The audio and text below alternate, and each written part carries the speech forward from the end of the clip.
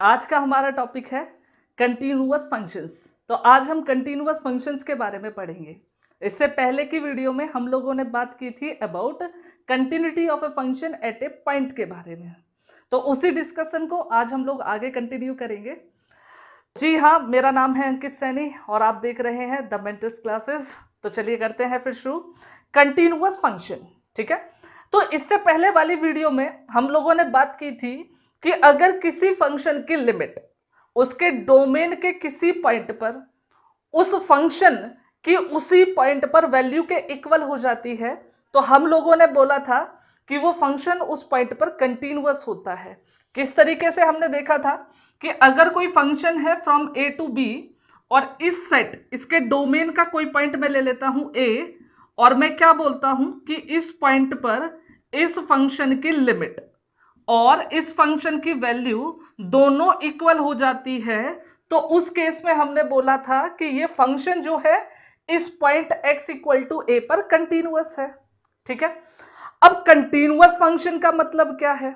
देखो, एक मतलब तो मैंने ये बताया था स्टार्टिंग में ही कि कंटिन्यूअस फंक्शन का मतलब होता है एक ऐसा फंक्शन जिसका ग्राफ हम लोग एक स्ट्रोक, इन सिंगल स्ट्रोक हम उसके ग्राफ को ड्रॉ कर सके। ठीक है। और एक वर्बल डेफिनेशन मैंने ये भी बताई थी कि अगर किसी फंक्शन का ग्राफ विदाउट ब्रेक होता है, ऐसा ग्राफ होता है जिसमें एक भी ब्रेक ना हो, तो हम उसे बोलते हैं कंटिन्यूअस फंक्शन। ठीक है।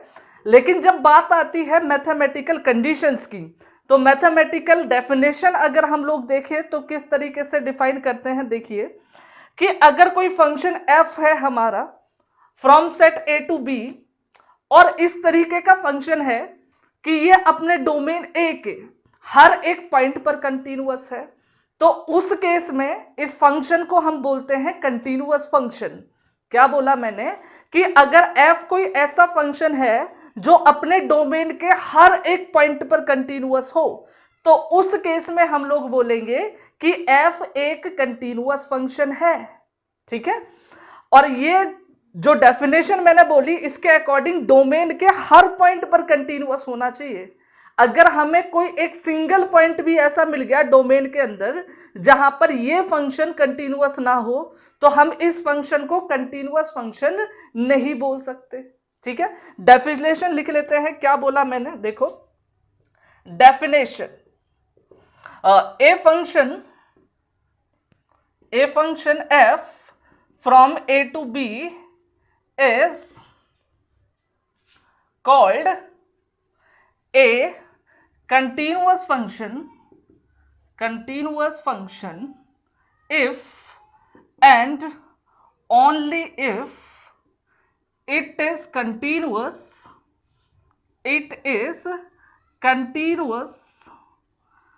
at every point of its domain। अगर ये एक ऐसा फंक्शन है जो अपने डोमेन के हर पॉइंट पर क्या हो, कंटिन्यूअस हो, तो सिर्फ उसी केस में हम लोग क्या बोलेंगे कि ये एक कंटिन्यूअस फंक्शन है। ठीक है। अब इसमें एक चीज मैंने ये भी बताई थी कि also if f fails to be continuous at a single point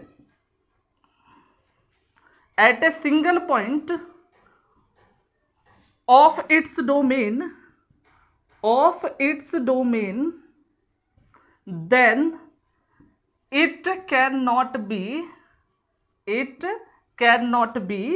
a continuous function। मतलब अगर ये अपने डोमेन के एक पॉइंट पर भी कंटिन्यूअस होने में फेल हो गया, या फिर एक सिर्फ ऐसा पॉइंट हमें इसके डोमेन में मिल गया जहां पर ये कंटिन्यूअस नहीं है, उस केस में हम क्या बोलेंगे कि ये जो फंक्शन हमारा है वो कंटिन्यूअस नहीं है। ठीक है। एग्जांपल्स की हेल्प से समझने की कोशिश करते हैं। देखिए, सबसे पहला एग्जांपल हम लोग लेकर चलते हैं।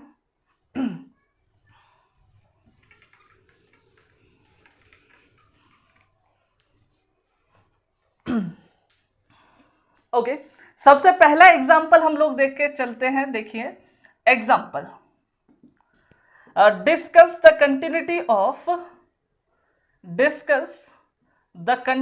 ऑफ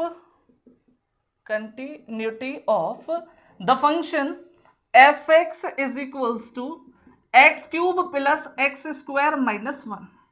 ठीक है, ये कोई फंक्शन है f x equal to x cube plus x square minus 1, जिसकी कंटिन्यूटी की हमें बात करनी है, डिस्कस करनी है इसकी कंटिन्यूटी। मींस हमें चेक करना है कि ये फंक्शन कंटिन्यूअस है कि नहीं है। ठीक है, किस तरीके से करेंगे? देखो, अकॉर्डिंग टू द डेफिनेशन ये फंक्शन सिर्फ तभी कंटिन्यूअस हो सकता है जब ये अपने डोमेन के हर एक पॉइंट पर कंटिन्यूअस हो। तो कंटिन्यूटी चेक करने के लिए सिंपली हमें यह चेक करना पड़ेगा कि यह फंक्शन अपने डोमेन के हर एक पॉइंट पर कंटिन्यूअस है कि नहीं। अगर अपने डोमेन के हर एक पॉइंट पर यह फंक्शन कंटिन्यूअस हो जाता है तो उस केस में हम लोग बोलेंगे कि यह एक कंटिन्यूअस फंक्शन है। ठीक है, तो हमें जरूरत पड़ी सबसे पहले इस फंक्शन के डोमेन की। ठीक है, देखो ये एक पॉलिनोमियल फंक्शन है और अगर हम इसका डोमेन भी कैलकुलेट करें तो वो क्या आएगा? Set of real numbers. ठीक है, तो हमें ये पता चला कि अगर हम इसके सॉल्यूशन की बात करें तो डोमेन की अगर बात करते हैं तो डोमेन ऑफ एफ हमारा क्या आ जाएगा? Set of real numbers. ठीक है, तो अब हमें क्या करना है? इस फंक्शन की कंटिन्यूटी चेक करनी है at every point of its domain, that is set of real numbers. तो हर एक रियल नंबर पर हमें इस फंक्शन की कंटिन्यूटी चेक करनी है। अब देखो R जो है सेट ऑफ रियल नंबर्स जो है वो एक इनफाइनाइट सेट है, इतना तो हम लोग जानते ही है। ठीक है, और इनफाइनाइट सेट के अंदर इनफाइनाइटली मैनी एलिमेंट्स हैं, तो ये तो पॉसिबल है नहीं कि हम हर एक पॉइंट पर इस फंक्शन की कंटिन्यूटी को चेक करें। ठीक है, ये प्रैक्टिकली पॉसिबल भी नहीं है। तो इस सिचुएशन में हम लोग क्या करेंगे? देखें, हम इस सेट का जो हमारा सेट है रियल नंबर्स का, उसका एक आर्बिट्रेरी पॉइंट सेलेक्ट कर लेते हैं। Arbitrary point in the sense कि हम उस पॉइंट की वैल्यू को पूरे सेट ऑफ रियल नंबर्स पर वेरी करा देंगे। ठीक है, तो हम ऐसा कोई पॉइंट सेलेक्ट कर लेते हैं और उसका नाम हम लोग देते हैं ए। ठीक है, क्या बोला मैंने? देखो कि हमने क्या किया, let a be any arbitrary point of R का कोई भी आर्बिट्रेरी पॉइंट मैंने ले लिया और इस पर हम इसकी कंटिन्यूटी को चेक करेंगे। ठीक है, एंड वी चेक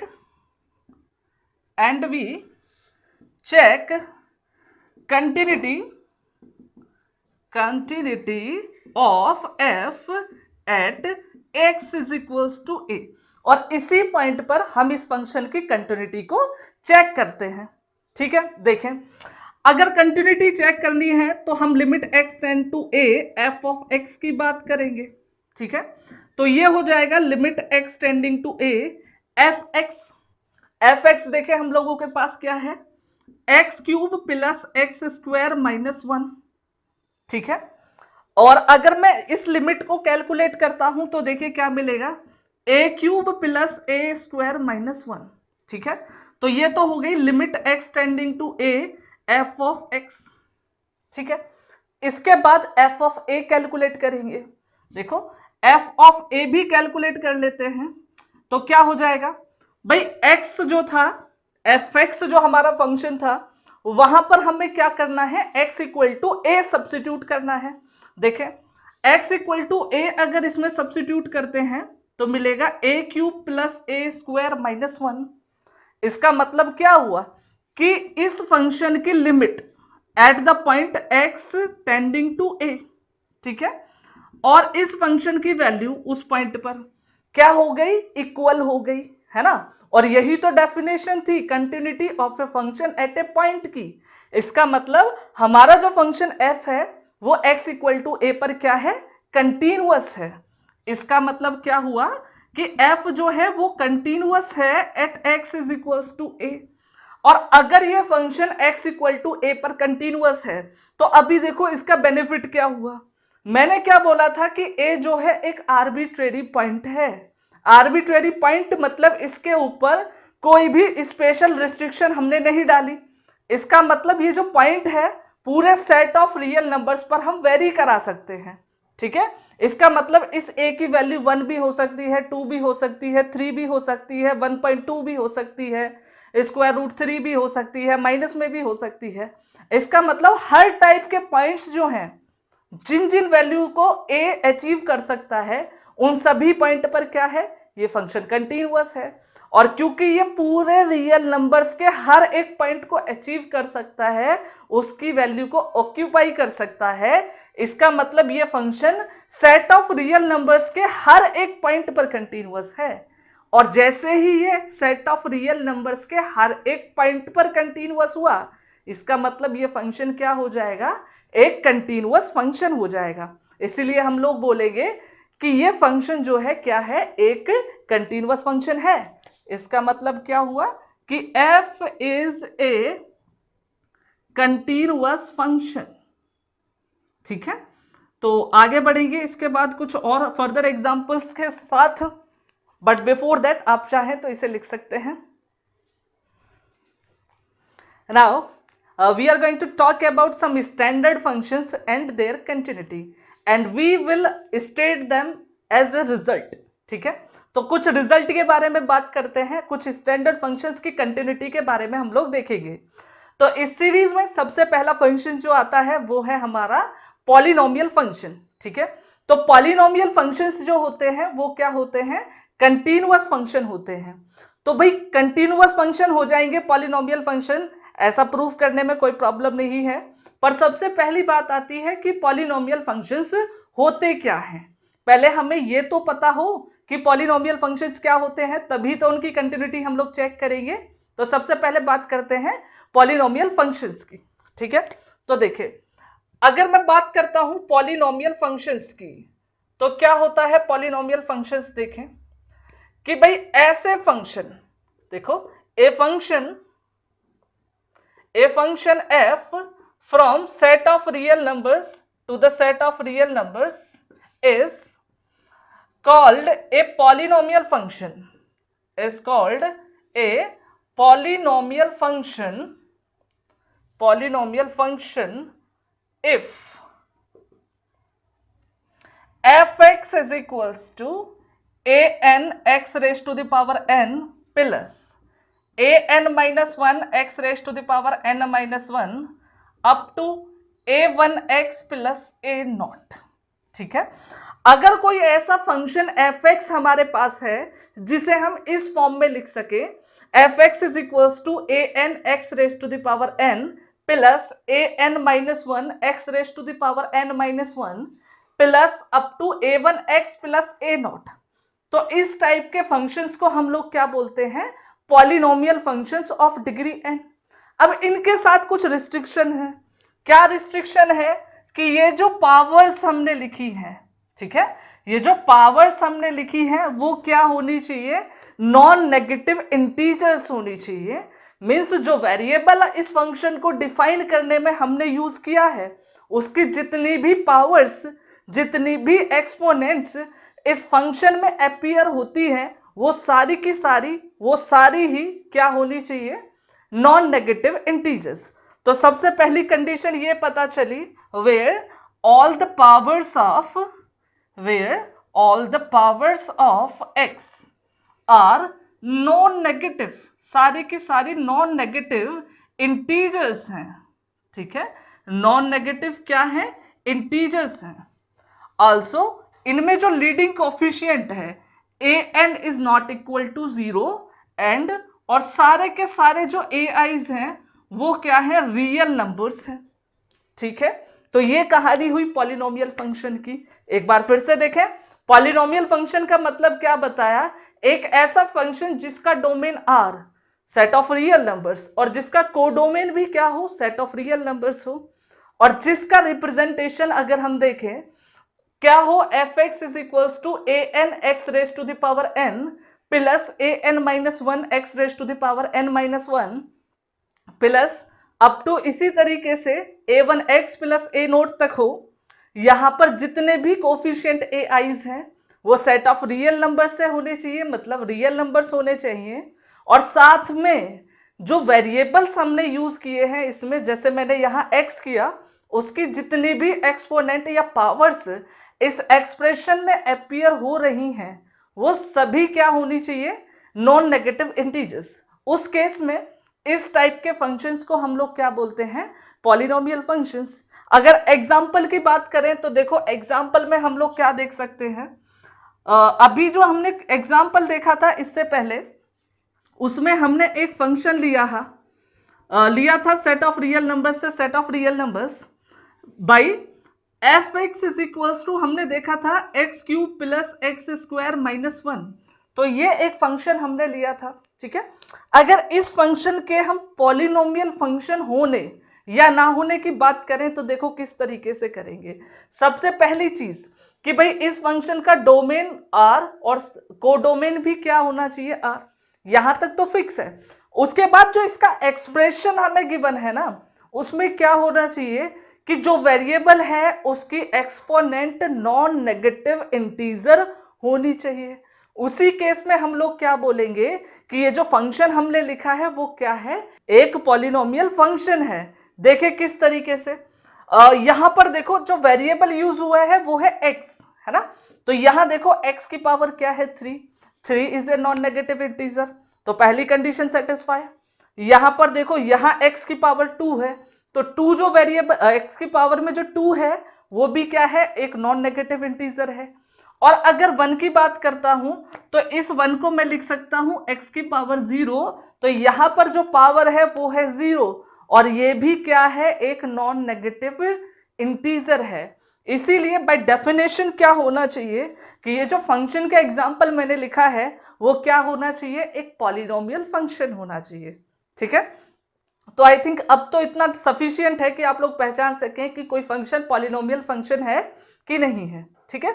लेकिन हमारा ये मेन चीज नहीं थी, क्योंकि हम लोग बात करने वाले थे कंटिन्यूटी की। तो कंटिन्यूटी की बात करें अगर पॉलिनोमियल फंक्शंस के लिए, तो पॉलिनोमियल फंक्शंस जो होते हैं वो होते हैं एवरीवेयर कंटिन्यूअस। मैंने क्या बोला, polynomial functions are everywhere continuous, means set of real numbers का कोई भी पॉइंट हम लोग सेलेक्ट कर लें, कोई भी पॉइंट उठा लें और उसके ऊपर किसी भी पॉलिनोमियल फंक्शन की कंटिन्यूटी को हम लोग चेक करना चाहें तो वो क्या होंगे, उस पॉइंट पर कंटिन्यूअस होंगे, ठीक है। और क्योंकि सेट ऑफ रियल नंबर्स क्या होता है, पॉलिनोमियल फंक्शंस का डोमेन, इसका मतलब वो फंक्शंस अपने डोमेन के हर एक पॉइंट पर कंटिन्यूअस होंगे, और इसी वजह से हम लोग उन्हें क्या बोलते हैं, कंटिन्यूअस फंक्शंस, ठीक है। तो यही हमारा सबसे पहला रिजल्ट है कि polynomial functions are continuous functions. तो स्टेट कर देते हैं, देखो सबसे पहला रिजल्ट हमारा, रिजल्ट नंबर वन क्या है, polynomial functions are continuous functions, मतलब कि जितने भी पॉलिनोमियल फंक्शंस होते हैं वो क्या होते हैं, कंटिन्यूअस फंक्शंस होते हैं। देखो प्रूफ किस तरीके से करेंगे, देखें जरा, देखो proof, okay, consider f from r to r, ठीक है, given by fx is equals to an x raise to the power n, an minus 1 x raise to the power n minus 1 up to a1x plus a naught is a polynomial function, ठीक है। ये कोई भी polynomial function हम लोगों ने क्या किया, अपने पास से कंसीडर कर लिया, ठीक है। तो अगर मैं ये शो कर पाया कि ये जो पॉलिनोमियल फंक्शन मैंने लिखा है वो एक कंटिन्यूअस फंक्शन है, तो हम ऐसा भी बोल सकते हैं कि जितने भी पॉलिनोमियल फंक्शन होंगे वो भी क्या होंगे, कंटिन्यूअस फंक्शन होंगे। लेकिन अब बात आ जाती है कि हम किस तरीके से प्रूफ करेंगे कि ये जो पॉलिनोमियल फंक्शन मैंने अभी लिखा वो एक कंटिन्यूअस फंक्शन है। तो देखो कंटिन्यूअस फंक्शन की डेफिनेशन अभी मैंने थोड़ी देर पहले ही बताई थी। क्या बताया था कि कंटिन्यूअस फंक्शंस वो फंक्शंस होते हैं जो अपने डोमेन के हर एक पॉइंट पर क्या हो, कंटिन्यूअस हो, ठीक है। एक चीज तो ये, इसका मतलब हमें यह पता चल गया कि अगर हमें इस पॉलिनोमियल फंक्शन को कंटीन्यूअस फंक्शन प्रूफ करना है तो हमें यह प्रूफ करना पड़ेगा कि ये जो फंक्शन यहां पर गिवन है वो अपने डोमेन के हर एक पॉइंट पर कंटीन्यूअस है। इसका मतलब सेट ऑफ रियल नंबर के हर एक पॉइंट पर कंटीन्यूअस है, क्योंकि डोमेन यहां पर क्या है, सेट ऑफ रियल नंबर्स है। ठीक है, चलो भाई, इसका मतलब हर एक रियल नंबर के लिए हमें कंटिन्यूटी चेक करनी है। चलो ये भी करेंगे। उसके बाद बात आती है भाई पॉइंट पर कैसे कंटिन्यूटी चेक करेंगे।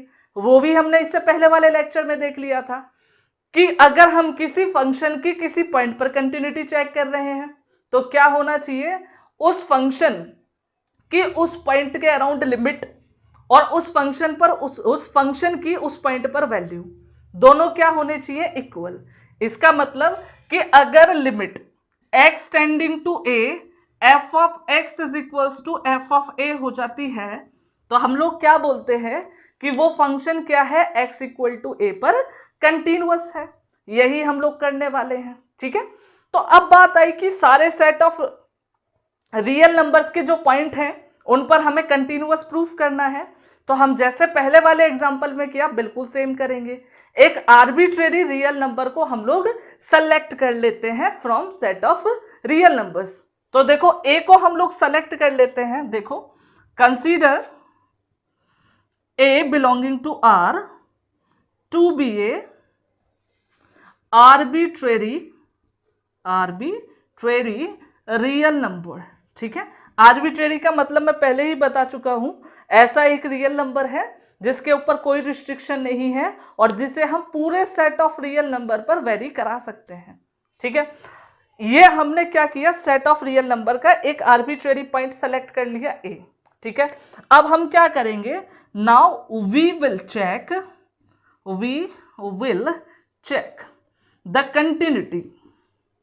The continuity of f at x is equals to a। और इसी x इक्वल टू a पर हम लोग क्या करने वाले हैं, इस फंक्शन की कंटिन्यूटी को चेक करने वाले हैं। किस तरीके से करेंगे चेक, देखिए। सबसे पहली चीज हमें क्या चाहिए, limit x tending to a f(x). तो पहले इसको कैलकुलेट कर लेते हैं। देखें, ओके, अगर हम लोग देखें limit x tending to a f of x, तो ये आ जाएगा हमारे पास limit x tending to a f(x). Okay, the value of f(x) is nothing but this expression ना, so we gonna substitute f(x). ठीक है, f(x) की वैल्यू को यहां पर सब्स्टिट्यूट कर देते हैं। So this is nothing but an x की power n, an minus 1 x की power n minus 1 up to a1 x plus a0। तो भाई देखो f(x) की वैल्यू मैंने सब्स्टिट्यूट कर दी। ठीक है, उसके बाद अगर इस लिमिट को कैलकुलेट करें तो ये लिमिट कितनी होगी, देखें, x टेंड्स टू a पर वैल्यू कैलकुलेट कर रहे हैं, सब्स्टिट्यूट कर दें तो an a की power n, an minus 1 a की power n minus 1 plus up to a1 a plus a0। ठीक है, तो ये तो वैल्यू हो गई limit x tending to a f of x की। ठीक है, लेकिन उसके बाद वैल्यू आती है f ऑफ a की, क्योंकि कंटिन्यूटी के लिए ये दोनों वैल्यूज क्या होनी चाहिए, इक्वल होनी चाहिए। तो हमें कैलकुलेट तो एटलीस्ट करनी पड़ेगी।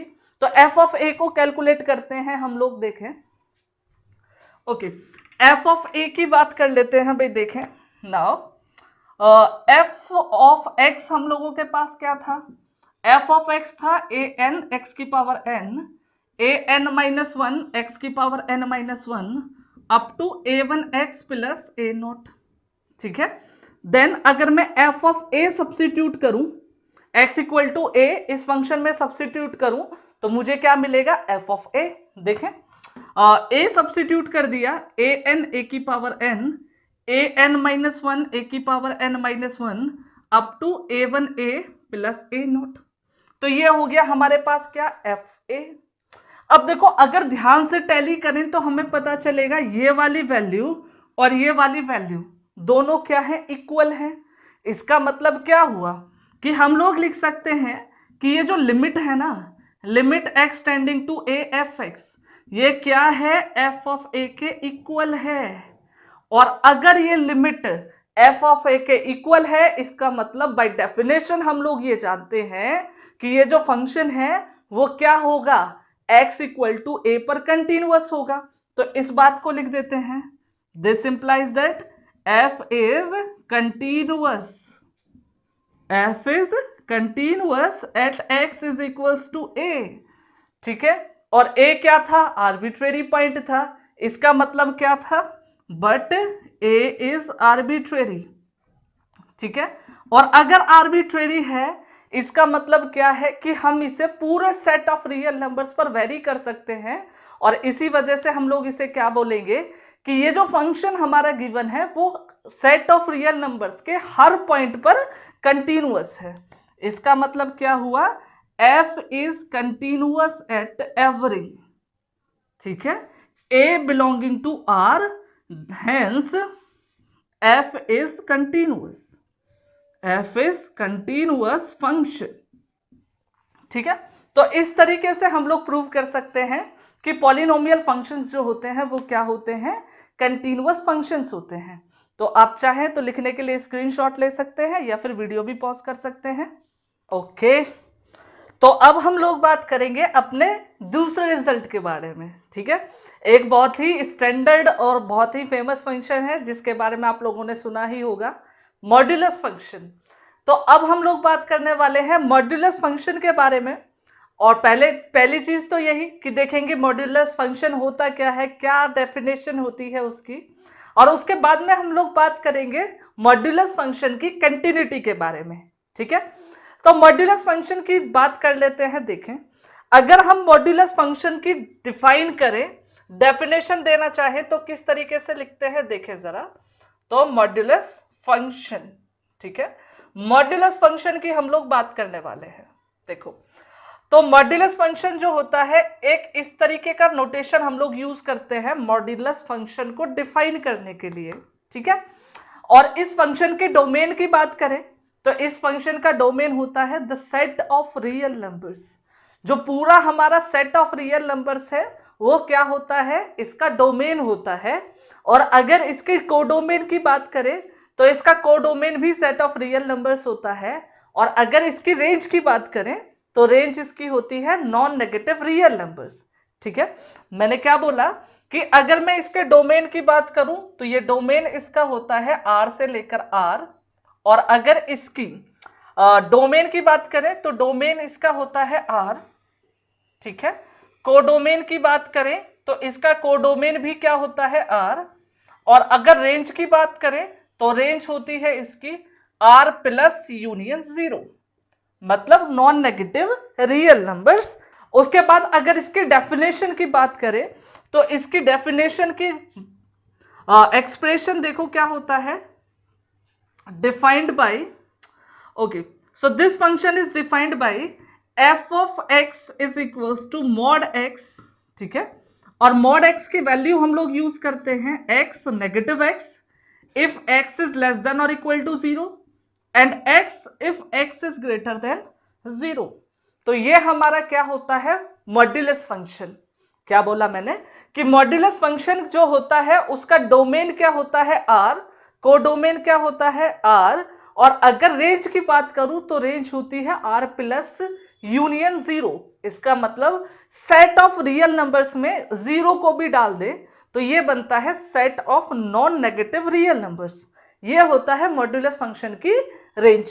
और अगर डेफिनेशन की बात करें तो मॉड्यूलस फंक्शन की डेफिनेशन होती है कि mod x is equals to negative x whenever this x is less than और इक्वल टू 0, और x अगर ये x क्या हो, ग्रेटर देन 0 हो, ठीक है।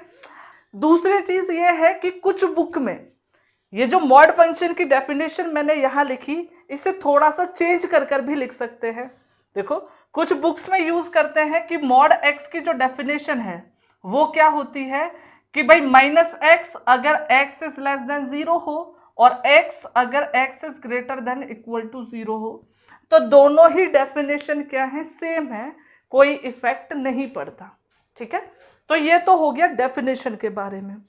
अब हम लोग बात करेंगे जो हमारा मेन मोटिव था। मेन मोटिव क्या था हमारा कि मॉड्यूलस फंक्शन की कंटिन्यूटी के बारे में हमें बात करनी है कि मॉड्यूलस फंक्शन कंटीन्यूअस फंक्शन है कि नहीं है, और अगर कंटीन्यूअस नहीं है तो ऐसे कौन कौन से पॉइंट है जहां पर ये फंक्शन कंटीन्यूअस नहीं है। ठीक है, तो देखो मॉड्यूलस फंक्शन जो हमारा होता है, मॉड फंक्शन जो हमारा होता है, वो भी क्या होता है, एक कंटीन्यूअस फंक्शन होता है। इसका मतलब अपने डोमेन के हर एक पॉइंट पर ये फंक्शन क्या होता है, कंटीन्यूअस होता है। ठीक है, तो यही हमारा रिजल्ट है, सेकंड रिजल्ट। क्या बोला मैंने, रिजल्ट नंबर 2। ठीक, क्या है, मॉड्यूलस फंक्शंस, मॉड्यूलस फंक्शंस, ठीक है, आर कंटीन्यूअस फंक्शंस। तो मॉड्यूलस फंक्शंस जो होते हैं वो क्या होते हैं, कंटीन्यूअस फंक्शंस होते हैं। ठीक है, और अब ये हमें प्रूफ करना है। ठीक है, किस तरीके से करेंगे देखें जरा। ठीक है, नॉर्मल डेफिनेशन से स्टार्ट करते हैं। देखो हमारा जो मॉड फंक्शन है, तो इसे ही से स्टार्ट करते हैं प्रूफ। देखो कंसीडर, हमने कंसीडर किया कि f x is equals to modulus x, f s from R to R plus union 0 is a modulus function, is a modulus function. और इस फंक्शन की हम लोग कंटिन्यूटी चेक करना चाहते हैं। ठीक है, तो कंटिन्यूटी चेक करने के लिए, ये बोलने के लिए कि ये फंक्शन एक कंटिन्यूअस फंक्शन है, हमें इस फंक्शन के डोमेन के हर एक पॉइंट पर इस फंक्शन की कंटिन्यूटी को चेक करना पड़ेगा। ठीक है, लेकिन वो तो पॉसिबल ही नहीं है प्रैक्टिकली। क्यों? क्योंकि वही बात है, सेट ऑफ रियल नंबर्स के अंदर टोटल इनफाइनाइटली मेनी एलिमेंट्स हैं, तो इसीलिए हर एक पॉइंट पर कंटिन्यूटी चेक करना प्रैक्टिकली पॉसिबल ही नहीं है। इसीलिए हम क्या करते हैं, एक अल्टरनेटिव यूज करते हैं इस चीज का।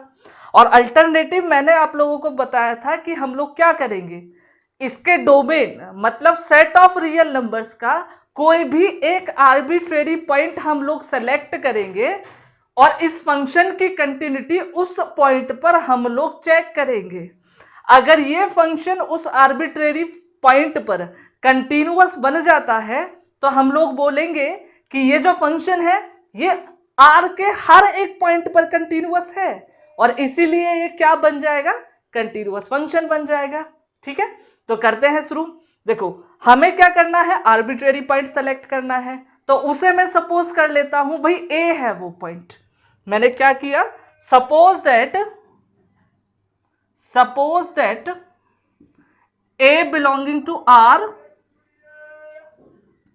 B any arbitrary point, be any arbitrary point. ठीक है, then we will check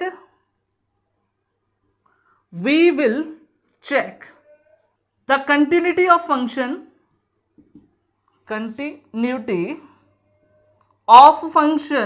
at this point, हम इसी पॉइंट पर क्या करेंगे, इस फंक्शन की कंटिन्यूटी को चेक करेंगे। ठीक है, तो देखो अब ये जो फंक्शन हमने लिखा f x is equal to mod x, अगर उसकी डेफिनेशन देखें तो यहां पर है। ठीक है, ये जो डेफिनेशन है मॉड एक्स की, इससे हमें ये पता चल जाता है कि ये जो फंक्शन है एक कैरेक्टराइज्ड टाइप का फंक्शन है, मतलब इसके डोमेन को हमने पार्टीशन कर रखा है। इस केस में मैंने बताया था कि अगर फंक्शन का डोमेन जो है वो कैरेक्टराइज्ड हो तो हम उसे क्या बोलेंगे, कैरेक्टराइज्ड फंक्शन।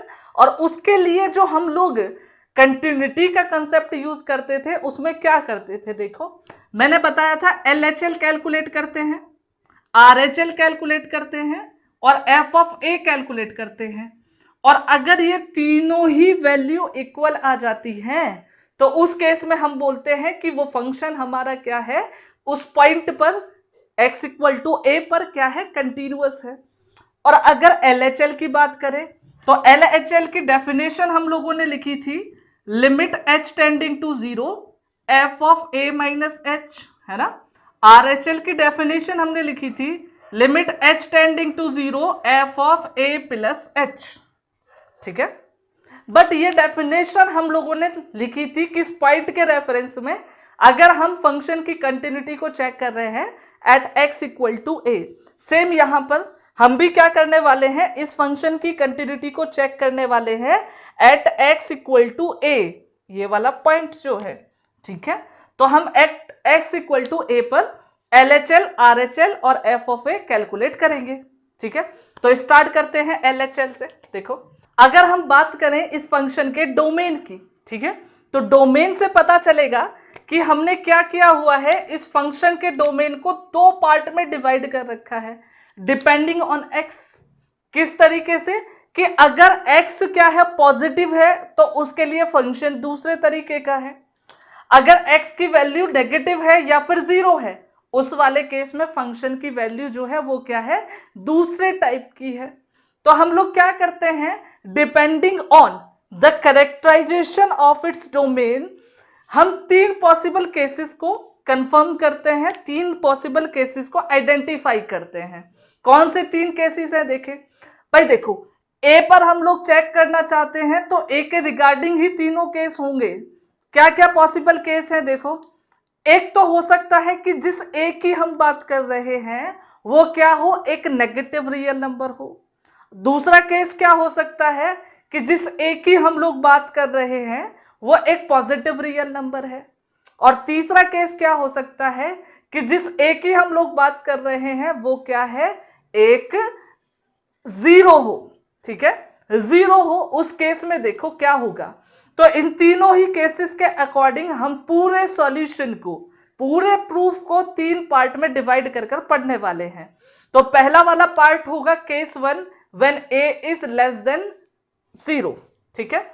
तो सबसे पहला केस हम लोग देखते हैं, case number one, when this A is less than zero, ठीक है। अगर a लेस देन जीरो होगा तो हम देखो क्या करने वाले हैं, देखें जरा। तो देखो, LHL, RHL और f ऑफ a, ये दोनों ही वैल्यू क्या होनी चाहिए, सेम, ठीक है। इस पर देखें क्या होगा। देखो, अगर मैं f ऑफ a की बात करता हूं तो देखो a तो नेगेटिव है, इसका मतलब बाय डेफिनेशन क्या होना चाहिए, a लेस देन जीरो है तो इस वाले स्लॉट में लाई करना चाहिए। और इसके अकॉर्डिंग, इसकी डेफिनेशन से इसकी वैल्यू आनी चाहिए -a। तो f ऑफ a हमारे पास कितना आ गया, -a, ठीक है। अगर इस स्लॉट में मैं बात करता हूं fx की, तो देखो, अगर a लेस देन जीरो है तो उस केस में फंक्शन की वैल्यू क्या होगी, -x, ठीक है।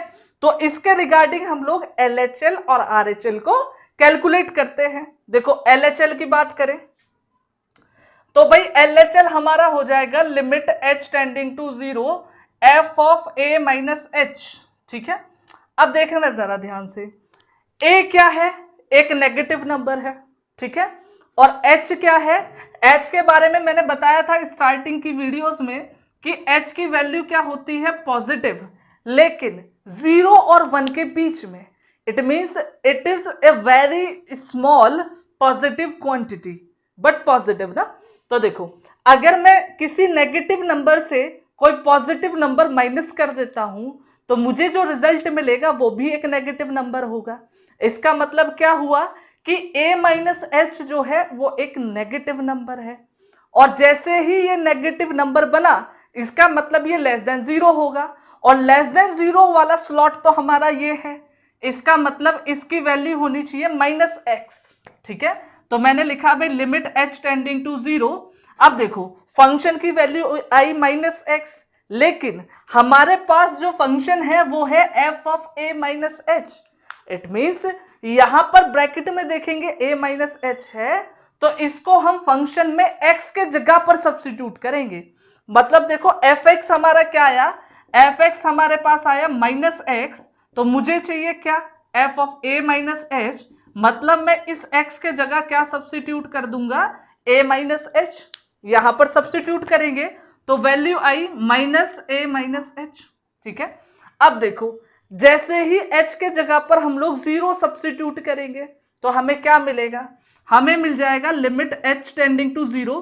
तो ये फिनिश हो जाएगा क्योंकि हम लिमिट सब्स्टिट्यूट कर चुके हैं, ठीक है। तो यहां से ये तो लिमिट तो हट जाएगी, क्या बचेगा भाई, -a, इसके जगह 0, तो LHL हमारे पास कितना हो गया, -a, ठीक है। अगर हम बात करते हैं RHL की, तो RHL भी देख लेते हैं कितना होगा। देखो थोड़ा सा यहाँ डिफरेंस लाने के लिए लाइन ड्रॉ कर देता हूं, ठीक है।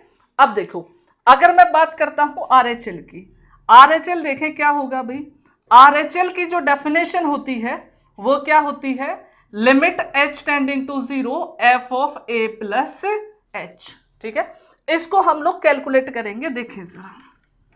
तो यहां से वैल्यू क्या आएगी, लिमिट, अच्छा लिमिट h टेंडिंग टू 0 तो हो गया।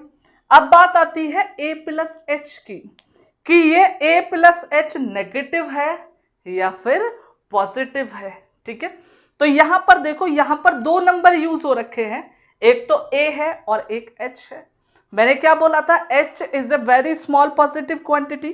तो यहां पर जो दो नंबर यूज हुए a और h, इन दोनों में भी क्या करेंगे, कंपैरेटिवली h जो होता है वो स्मॉल होता है। अगर हम सिर्फ मैग्नीट्यूड की बात करें, मैग्नीट्यूड मतलब जैसे a नेगेटिव है तो इसकी अगर मैं पॉजिटिव वैल्यू भी कंसीडर करूं तो, और h तो पॉजिटिव है ही, ठीक है। तो इस केस में भी क्या होगा, h स्मॉलर होना चाहिए, इतना ठीक है। तो अब देखो a क्या है, हमारा एक नेगेटिव नंबर है, ठीक है, और h क्या है, एक पॉजिटिव नंबर है।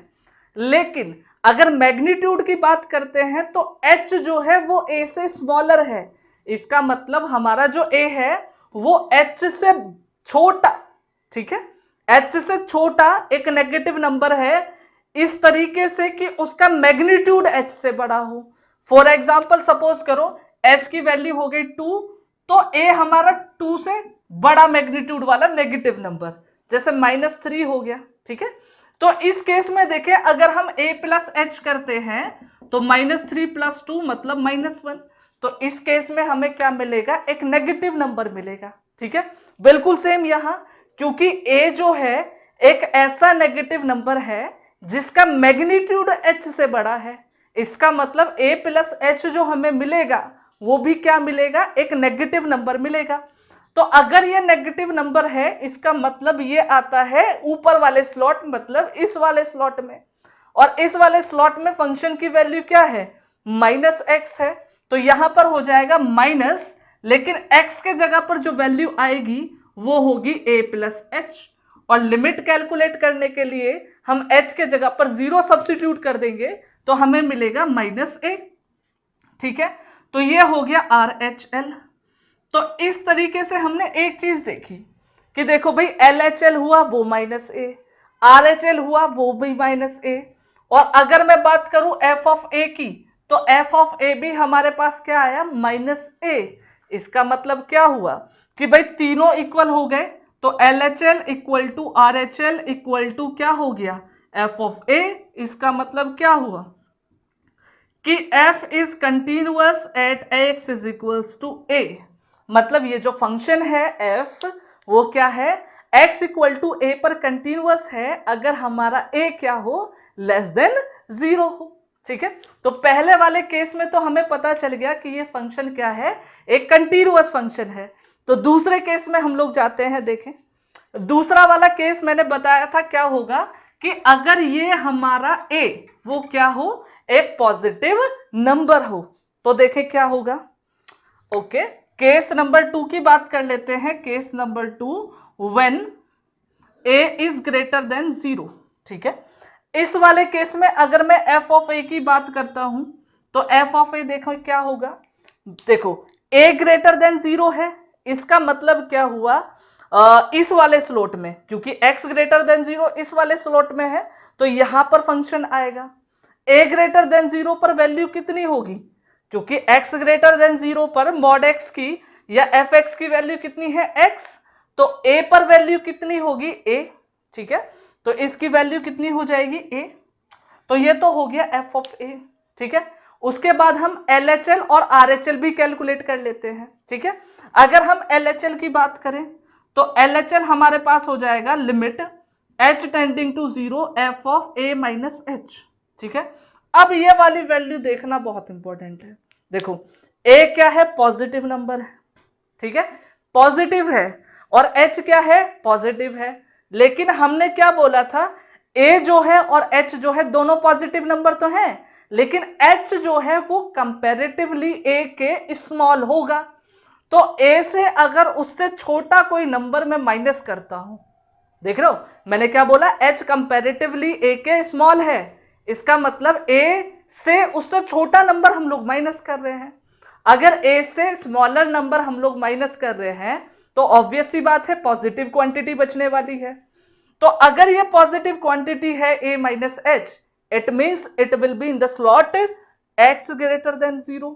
और अगर ये x ग्रेटर देन 0 वाले स्लॉट में आता है, इसका मतलब इसकी वैल्यू होनी चाहिए x, लेकिन x के जगह पर हमारे पास क्या है, a माइनस एच।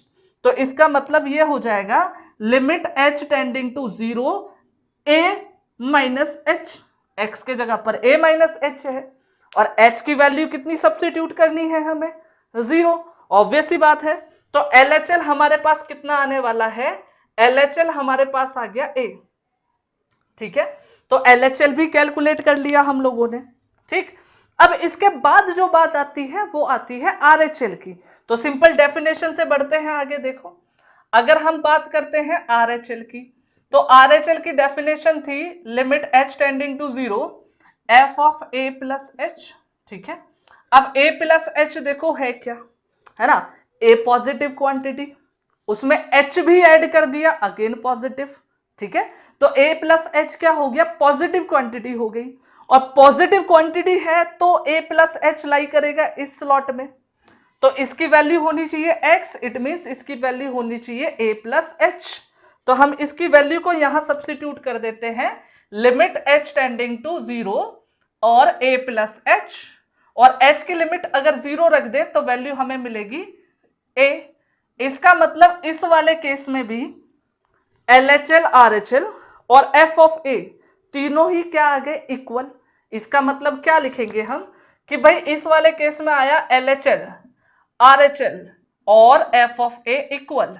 इसका मतलब क्या हुआ, f जो है वो कंटिन्यूअस है at x is equals to a।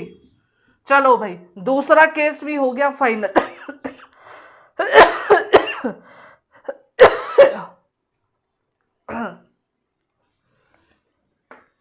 चलो भाई दूसरा केस भी हो गया फाइनल। अब बढ़ते हैं तीसरे केस की तरफ।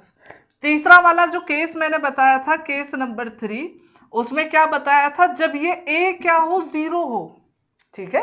अगर ये a क्या है, 0 है, अगर हम तब कंटिन्यूटी चेक करें तो क्या होगा। देखो सीधी सी बात है, अगर इस केस में मैं f ऑफ a कैलकुलेट करूं तो वो हो जाएगा f ऑफ 0, और f ऑफ 0 मतलब आएगा इस स्लॉट में वैल्यू माइनस x, मतलब माइनस 0, तो मतलब वैल्यू कितनी आएगी, 0। तो हमें पता चला कि भाई f ऑफ a की वैल्यू तो आ गई 0, ठीक है। इसके बाद अगर हम लोग बात करते हैं LHL की, ठीक है, तो LHL देख लेते हैं क्या होगा। तो LHL हो जाएगा भाई limit h tending to 0 f of a minus h, मतलब कि भाई limit h tending to 0 f of minus h, because a तो हमारा 0 है, ठीक है। अब देखो h मैंने बताया था पॉजिटिव क्वांटिटी है ना, बेशक मतलब कि एक स्मॉलर पॉजिटिव क्वांटिटी है बट एटलीस्ट पॉजिटिव तो है, और उसके साथ मैंने नेगेटिव लगाया, इसका मतलब पॉजिटिव इंटू नेगेटिव, अब ये हो गया नेगेटिव नंबर। तो माइनस एच हुआ एक नेगेटिव नंबर। अब नेगेटिव मतलब स्मॉलर 0, मतलब स्मॉलर देन 0। तो अगर स्मॉलर देन 0 है, इसका मतलब इस वाले स्लॉट में ये आएगा, और जैसे ही इस स्लॉट में आएगा तो वैल्यू क्या होनी चाहिए, माइनस एक्स। मतलब क्या हुआ भाई, इसकी लिमिट हो जाएगी limit h tending to 0 minus x, x के जगह माइनस एच है, तो h के जगह पर 0 रखा तो ये वाली क्वांटिटी आ गई 0।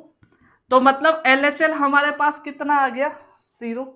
इसी तरीके से अगर RHL कैलकुलेट करूं, and if I calculate RHL, it will be nothing but limit h tending to 0 f of a plus h ना, और now this will be limit h tending to 0 f of h, because we have a equal to 0 ना। So h is a very small positive quantity but at least positive. Now here is h given है जो कि positive quantity है, it means it will lie in this slot, इस वाले slot में लाई करेगा। तो इस वाले केस में वैल्यू क्या है, x है। x होने का मतलब हमें क्या सब्स्टिट्यूट करना है, h। तो ये हो जाएगा लिमिट h टेंडिंग टू 0 और h की लिमिट निकालेंगे h टेंड्स टू 0 पर, तो ये भी कितना आएगा, 0। ठीक है, इसका मतलब इस वाले केस में भी LHL, ठीक है, LHL आया 0, RHL आया 0 और f ऑफ a ये भी कितना आया, 0। तो तीनों ही इक्वल आए। इसका मतलब क्या हुआ कि भाई LHL, RHL और f ऑफ a ये तीनों ही इस केस में क्या है, इक्वल है। इसका मतलब क्या होगा कि फंक्शन जो है इस continuous at x is equals to a। तो जितने भी पॉसिबल 3 केसेस थे सभी में फंक्शन क्या आया, कंटिन्यूअस आया। इसका मतलब क्या हुआ कि जिस फंक्शन की हम लोग बात कर रहे थे मॉड्यूलस फंक्शन, वो भी क्या है, एक कंटिन्यूअस फंक्शन है। इसका मतलब क्या हुआ, f is a continuous function. तो मतलब मॉड्यूलस फंक्शन जो है वो क्या है, एक कंटिन्यूअस फंक्शन है। That's it.